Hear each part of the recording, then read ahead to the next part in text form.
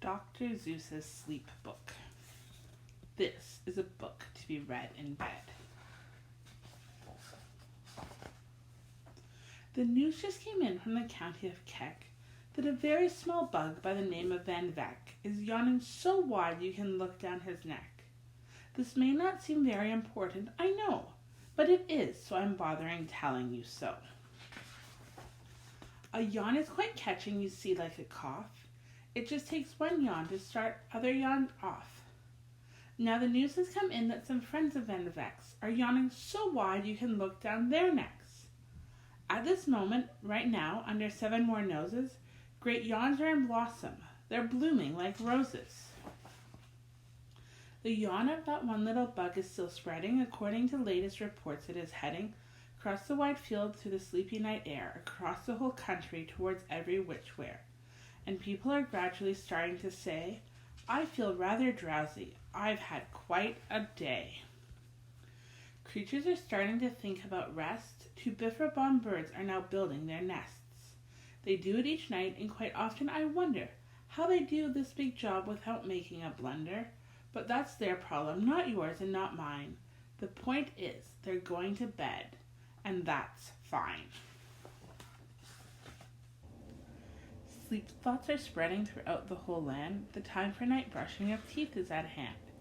Up at Herkheimer Falls, where the great river rushes and crashes down crags in great gargling gushes, the Herkheimer sisters are using their brushes. These falls are just grand for toothbrushing beneath, if you happen to be up that way with your teeth. The news just came in from the castle of Krupp that the lights are all out and the drawbridge is up. And the old drawbridge drawer just said with a yawn, my drawbridge is drawn, and it's going to stay drawn till the milkman delivers milk about dawn. I'm going to bed now, so nobody better come round with a special delivery letter. The number of sleepers is steadily growing. A bed is where more and more people are going. In Culpeper Springs in the Stiltwalkers' Hall, the Stiltwalkers' stilts are all stacked on the wall. The Stiltwalkers' walkers have called it a day. They're all tuckered out and they're snoozing away. This is very big news. It's important to know. And that's why I'm bothering telling you so. Way out in the west in the town of Merced, the Hinklehorn Honking Club just went to bed. Every horn has been quietly hung on a hook for the night in its own private Hinklehorn nook. And this long happy day they've been honking about, and the Hinklehorn honkers have honked themselves out. But they'll wake up quite fresh in the morning, and then they'll start right in Hinklehorn honking again. Everywhere creatures are falling asleep, the collapsible frink just collapsed in a heap. And by adding the frink to the others before, I'm able to give you the Who's Asleep score. Right now, 40,404 creatures are happily, deeply in slumber.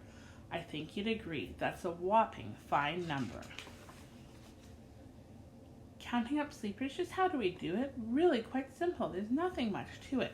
We find out how many, we learn the amount by an audio-teleo-teleo count. On a mountain halfway between Reno and Rome, we have a machine in a plexiglass dome, which listens and looks into everyone's home, and whenever it sees a new sleeper go flop, it jiggles and lets a new bagel ball drop. Our chap counts these balls as they plop in the cup, and that's how we know who's down and who's up. Do you talk in your sleep? It's a wonderful sport, and I have some news of this sport to report. The world champion sleep talkers Joe and Mo Redzoff have just gone to sleep and they're talking their heads off. For 45 years now, each chattering brother has babbled and gabbled on light to each other.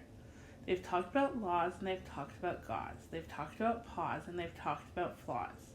They've talked quite a lot about old Santa Claus.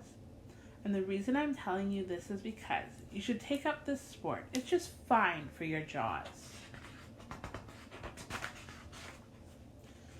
Do you walk in your sleep? I just had a report of some interesting news of this popular sport. Near Finnegan Fen, there's a sleepwalking group, which not only walks, but walks a la hoop. Every night they go miles. While they walk to such lengths, they have to keep eating to keep up their strength. So every so often one puts down his hoop, stops hooping and does some quick snooping for soup. That's why they're known as the Hoop Soup Snoop group. Sleepwalking too are the curious crandalls who sleepwalk on hills with assorted-sized candles. The crandalls walk nightly and slumber in peace, in spite of the slight burns from the hot dripping grease. The crandalls wear candles because they walk far, and if they wake up, want to see where they are.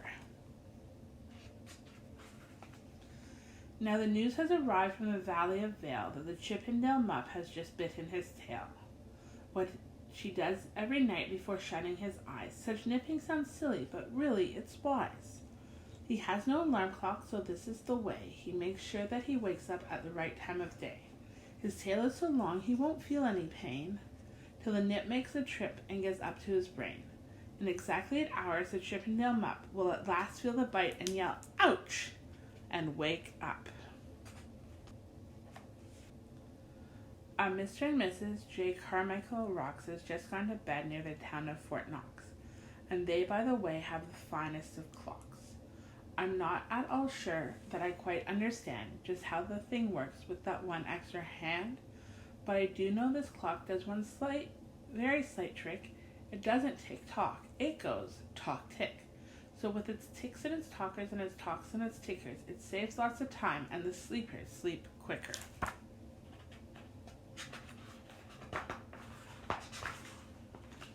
What a fine night for sleeping from all that I hear. It's the best night for sleeping for many a year. They're even asleep in the Zweiback Motel, and people don't usually sleep there too well. The beds are like rocks, and everyone knows the sheets are too short. They won't cover your toes. So, if people are actually sleeping in there, it's a great night for sleeping. It must be the air. It's a great night for snores. I've just had a report of some boys who are tops in this musical sport. The snoriest snorers in all the Fairland are Snorter McPhail and his Snort Band. This band can snore Dixie and Old Swanee River so loud it would make 40 elephants shiver. The loudest of all the boys is McPhail. He snores with his head in a 3-gallon pail. So they snore in a cave 20 miles out of town. If they snored closer in, they'd snore the town down. Do you know who's asleep out in Funa Laguna? 2 very nice Funa Laguna Bambuna. We've added them to our Who's Asleep count, which has grown to a really amazing amount. Exactly 8,808 creatures are sleeping now. Isn't that great? A Jed is in bed, and the bed of a Jed is the softest of beds in the world, it is said. He makes it from pom-poms he grows on his head. And he's sleeping right now on the softest of fluff, completely exhausted from growing the stuff. The news has come in from the district of Doft that 2 offs are asleep, and they're sleeping aloft. And how are they able to sleep off the ground? I'll tell you. I weighed one last week and found that an oft is so light it weighs -1 pound. A moose is asleep. He's dreaming of moose drinks. A goose is asleep. He's dreaming of goose drinks. That's all well and good when a moose dreams of moose juice, and nothing goes wrong when a goose dreams of goose juice. But it isn't too good when a moose and a goose start dreaming they're drinking the other one's juice. Moose juice, not goose juice, is juice for a moose. And goose juice, not moose juice, is juice for a goose. So, when goose gets a mouthful of juices of mooses and moose gets a mouthful of juices of gooses, they always fall out of their beds screaming screams. So, I'm warning you now, don't drink in your dreams. Speaking of dreaming, I think you should note the Bumbletub Club is now dreaming afloat. Every night they go dreaming down Bumbletub Creek, except for one night every 3rd or 4th week when they stop for repairs because their Bumbletubs leak. But tonight they're afloat full of dreams, full of bliss, and that's why I'm bothering telling you this. At the fork of a road in the Val of the Vode, 5-foot weary salesmen have laid down their load. All day they've raced round in heat at top speeds, unsuccessfully trying to sell Zizzer Zeus seeds, which nobody wants, because nobody needs. Tomorrow will come and they'll go back to their chores. They'll start on the road zizzer-zoofing once more. But tonight they've forgotten their feet are so sore, and that's what the wonderful nighttime is for.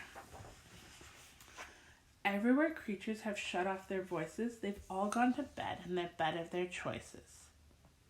They're sleeping in bushes, they're sleeping in crannies, some on their stomachs and some on their fannies. They're peacefully sleeping in comfortable holes, some even on soft tufted barbershop poles. The number of sleepers is now past the millions. The number of sleepers is now in the billions. They're sleeping on steps and on strings and on floors, in mailboxes, ships, and keyholes of doors. Every worm on a fishhook is safe for the night. Every fish in the sea is too sleepy to bite. Every whale in the ocean has turned off his spout. Every light between here and Farfoodle is out. And now, by adding things up, we're way beyond billions.